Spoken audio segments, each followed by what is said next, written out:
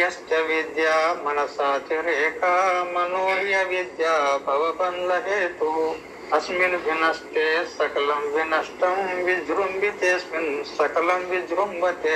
మనోహి అవిద్య. అవిద్య మనస్సు వేరే కాదండి. అంతఃకరణము అవిద్య వేరే కాదు.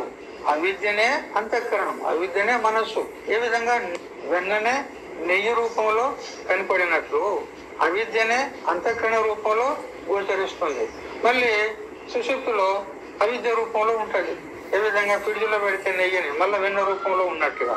అంతే కానీ అవిద్య యొక్క పరిణామం కాదు అంటాడు ఇక్కడ. పరిణామం అంటే ఉపాదానం చెడిపోయి వేరే రూపంలో కనపడుతుంది. ఏ విధంగా పాలు చెడిపోయి పెరుగుగా మారుతుంది, అది పరిణామం. కానీ అట్లా లేదు ఇక్కడ. అవిద్య లాగానే ఉంది. అంతఃకరణం వలె కనపడుతుంది జాగ్రత్త స్వప్నాల్లో. అందుకే వివర్త అనే శబ్దం పెట్టినాడు ఇక్కడ. ఎంత వివేకం ఉండదు. ఒక్కొక్క శబ్దాన్ని చాలా చికిత్స చేయవలసి ఉంటుంది కదా. ఈ శబ్దం ఎందుకు పెట్టింది ఇక్కడ విచారం చేయాలి. అది ఎట్లా ఉన్నది అని అంటే స్వచ్ఛం ఉన్నది. ఎట్లా అంటే దర్పణాదివత్ ఆ అంతఃకరణము అతి స్వచ్ఛం ఉన్నది.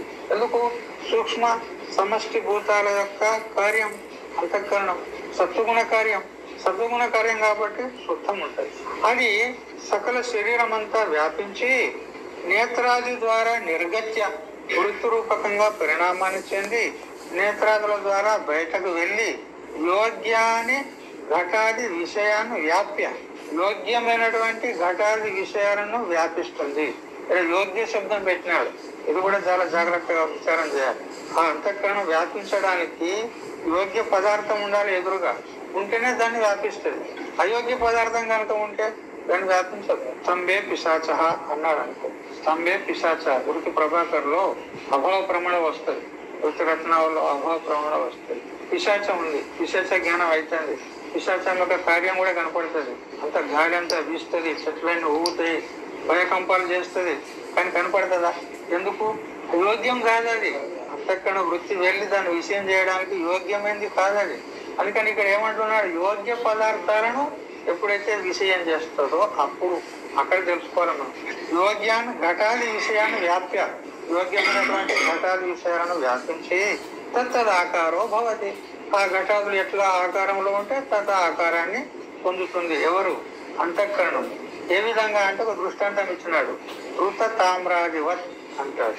రాగి లేదా అల్యూమినియం లేదా ఇత్తడి మొదలైనటువంటి వాటిని కరిగించి విగ్రహాలు చేస్తారు కదా కొంతమంది. ఆ విగ్రహాలు చేయడానికి వాటికి ఒక ప్యాటర్న్ ఉంటుంది, సాచ. ఆ సాచలో పూయగానే ఆ ప్యాటర్న్ ఆ సాచ ఎట్లా ఉంటుందో తదాకారం అవుతుంది. అట్లా ఈ అంతఃకరణం కూడా ఆ ఘటాదులు ఎట్లా ఉంటే తదాకారాన్ని పొందుతుంది. నిన్ననేమో మనకు క్యారీ దృష్టాంతం ఇచ్చినారు పండిత్ పీతాంబర్జీ. ఆ చెట్లకు పాదులు వేస్తారు కదా నీళ్లు నిలవడానికి. ఆ చెట్లకు పాదులు, ఆ పాదులు ఏ విధంగా ఉంటే తదాకారాన్ని పొందుతుంది నీరు. అట్లా ఇక్కడ అంతఃకరణము ధృత తామ్రవత్ కరిగించినటువంటి రాగి ద్రవం ఎట్లా అది సాచలో పోసినట్లయితే ఆ సాచ ఆకారం ఏ విధంగా ఉంటుందో తదాకారాన్ని పొందుతుంది. అట్లా ఘటాదులు ఏ ఆకారంలో ఉంటే తదాకారాన్ని పొందుతుంది అంతఃకరణం. తస్యచ సౌరాలోకాదివత్ ఝటితి ఏవ సంకోచ వికాసం ఉపపద్యతే. ఆ అంతఃకరణానికి సంకోచ వికాసాలు ఉంటాయి. ఎట్లా? ఝటితి క్షణం కూడా పట్టది. నువ్వు కళ్ళు తెరిచి ఆకాశంలో చూసినావు అనుకో, ఆ చంద్రమండలం మీద పోవడానికి ఆ అంతఃకరణానికి ఎంత టైం పడుతుంది? క్షణం కూడా పట్టది. నువ్వు కనురెప్పలు తెరిసేదే తడవు ఆ చంద్రమండలాన్ని విషయం చేస్తుంది. ఝటితి అంటే ఏమంటారు? తటాలున అంటారు కదా, ఒక్కసారిగా విషయం చేస్తుంది. ఇప్పుడు ఆ చంద్రమండలం పోవడానికి ఇప్పుడు ఇది అంత దగ్గర లంబాయమానం సాగిందా లేదా? వికాసమైంది. అదే మధ్యలో ఒక పక్షి వచ్చింది అనుకోండి ఆకాశంలో, ఆ చంద్రమండలాన్ని నువ్వు చూస్తూ ఉన్నావు, అంతలో నీ నేత్ర దృష్టికి సరిగ్గా అడ్డుగా ఒక పక్షి వచ్చింది అనుకో, అప్పుడు పక్షి కనపడుతుంది, చంద్రమండలం కనపడదు. అంటే ఇప్పుడు అంత దూరము సాగినటువంటి వృత్తి ఇప్పుడు సంకోచాన్ని చెందిందా లేదా? మధ్యలో ఆ పక్షిని విషయం చేస్తుంది. ఇంకా నీ చేయని నీ కన్ను ఎదురుగా ఇట్లా పెట్టినావు అనుకో, మరీ సంకోచమైంది. కళ్ళు మూసినావు అనుకో పూర్తిగా. అంటే ఈ అంతఃకరణంలో సంకోచ వ్యాకోచాలు చెందేటువంటి స్వభావం ఉంది. అట్లెందుకు సంకోచ వికాసాలు ఎందుకు చెందుతుంది అని అంటే సచ సవయవత్వాత్. అది సవయవం ఉన్నది, నిరవయవం కాదు. నిరవయవంలో సంకోచ వికాసాలు ఉండవు. ఇది సవయవం ఉంది కాబట్టి సాగుతుంది, మళ్ళీ సంకోచం చెందుతుంది, వికాసాన్ని పొందుతుంది, సంకోచాన్ని చెందుతుంది. పరిణామమాన దేహాభ్యంతరే ఘటాదౌచ సమ్యక్ వ్యాప్య. ఇప్పుడు ఈ అంతఃకరణము దేహాది బయట ఘటపటాదుల రూపంలో లంబాయమానమై వికాసమయ్యి ఆ ఘటపటాది ఆకారాన్ని పొందుతుంది. మరి సంకోచం చెంది అంతఃకరణంలోనే కలిగేటువంటి సుఖాకారం, దుఃఖాకారం, కామాకారం, క్రోధాకారమైనటువంటి ఆ కామక్రోధాదుల విషయాలను కూడా విషయం చేస్తుంది, వాటిని కూడా వ్యాపిస్తుంది. దేహం లోపల దేహ అభ్యంతరే ఘటాదౌచ, దేహం లోపల సుఖ దుఃఖాల ఆకారాన్ని పొందుతుంది, ఇంకా దేహం బయట ఘటాది ఆకారాన్ని పొందుతుంది. సమ్యక్ వ్యాప్య దేహ ఘటయో మధ్య అపి, దేహానికంటే బయట వెళ్ళినప్పుడు ఘటాకారమైనప్పుడు ఈ దేహానికి ఆ ఘటానికి మధ్యలో కూడా అది సాగుతుంది, లంబాయమానం అవుతుంది. మధ్య అపి చక్షుర్వద్ అవిచ్ఛిన్న వ్యవతిష్టతే, అవిచ్ఛిన్నంగా మళ్ళీ గ్యాప్ ఉండదు, తెంపు ఉండదు, అవిచ్ఛిన్నంగా ఆ ఘట దిశ పర్యంతం అది వ్యాపిస్తుంది. తత్ర దేహావచ్ఛిన్నో అంతఃకరణ భాగో అహంకారాఖ్య కర్త ఇత్యుచ్యతే.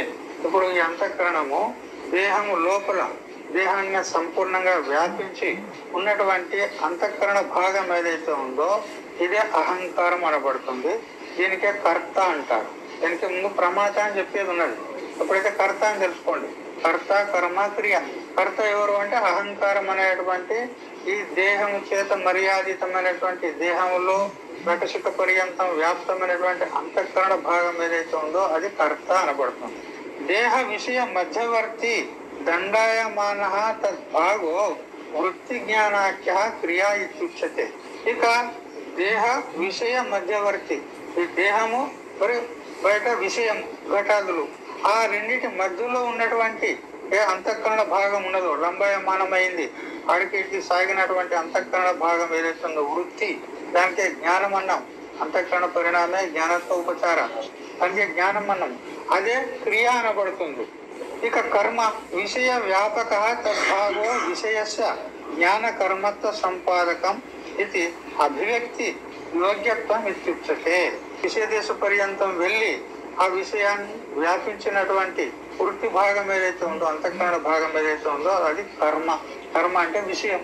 ఆ విషయాన్ని వ్యాపించినటువంటి ఏదైతే అంతఃకరణ వృత్తి భాగం ఉందో దానిలో చైతన్యాన్ని అభివ్యక్తం చేసుకుంటుంది. అక్కడనే ఫల చైతన్యం అనబడుతుంది. ఆ ఘటన తెలియబడిన తర్వాత ఆ చైతన్యం వృత్తి ఎందు అభివ్యక్తమైనప్పుడు, చిదాభాసుడు అభివ్యక్తమైనప్పుడు దానికే ఫల చైతన్యం అంటాం.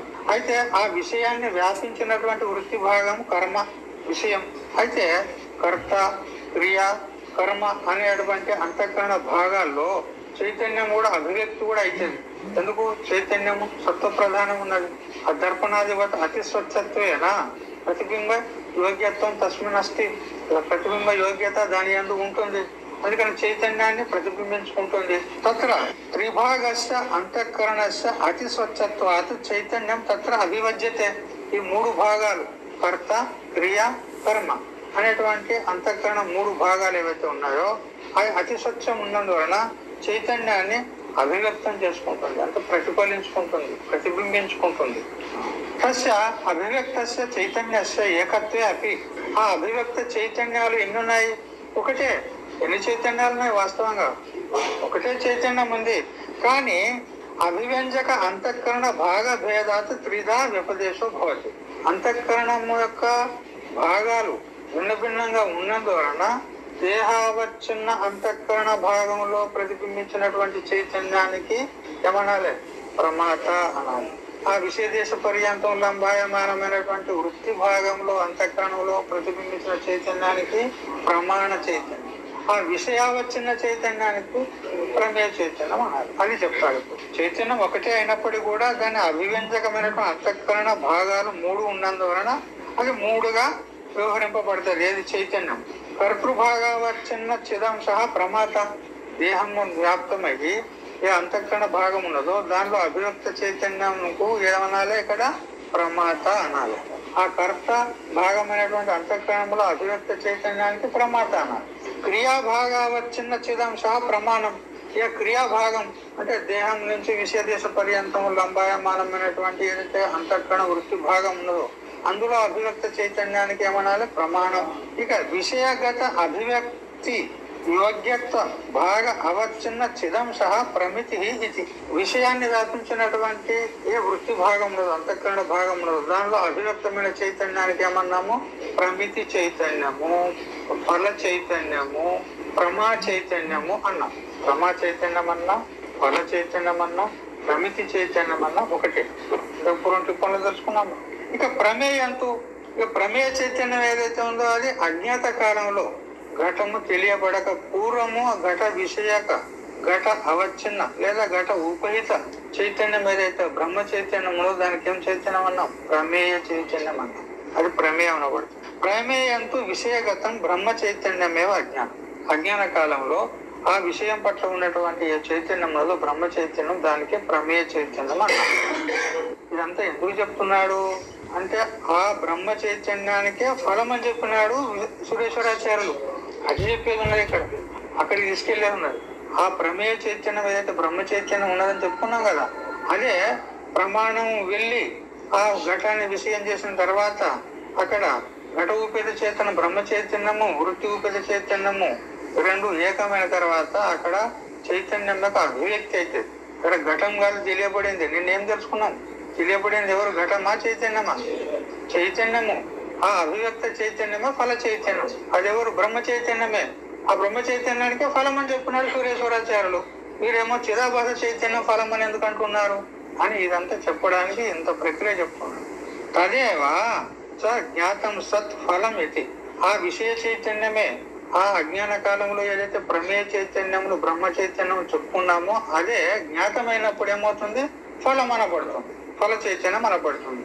ఏవంచ అధిష్టానత్వాత్ విషయగత బ్రహ్మ చైతన్యస్య ఏవ జ్ఞాతత్వ ఉపహితత్వేన ఫలత్వం ఇతితో నిర్వివాదం ఏవ. చూడు, ఆ ఘటాదులకు అధిష్టాన చైతన్యం ఏదైతే ఉన్నదో ప్రమేయ చైతన్యం బ్రహ్మ చైతన్యం అదే తెలియబడిన తర్వాత ఏమైంది? ఫలమైంది. అంటే బ్రహ్మ చైతన్యమే ఫల చైతన్యము అని ఇది స్పష్టంగా నిర్వివాదంగా సిద్ధమైంది. అయితే చిదాభాస చైతన్యానికి ఫలం అని ఎందుకన్నారు? బ్రహ్మ చైతన్యమే ఫలం అని సురేశ్వరాచార్యుల యొక్క అభిప్రాయం ఉండగా మరి చిదాభాస చైతన్యానికి ఫల చైతన్యం అని ఎందుకన్నారు అని అంటే ఫల చైతన్యం వాస్తవంగా బ్రహ్మ చైతన్యమే. కానీ ఆ బ్రహ్మ చైతన్యము అది అవాంగ్మనస గోచరం కాబట్టి మంద జిజ్ఞాసులు ఎవరైతే ఉంటారో వాళ్లకు అది తొందరగా పట్టుబడదు, తెలియబడదు. అందుకని అక్కడ ప్రమాణ జన్య అంతఃకరణ అభివ్యక్త చైతన్యం చిదాభాసుడు అదే ఫలము అని ఔపచారికంగా చెప్పడం జరిగింది. వాస్తవంగా ఫల చైతన్యము చిదాభాసుడు కాదు, బ్రహ్మ చైతన్యం. ఇది నిర్వివాదం. మరి అక్షనికి చెప్ప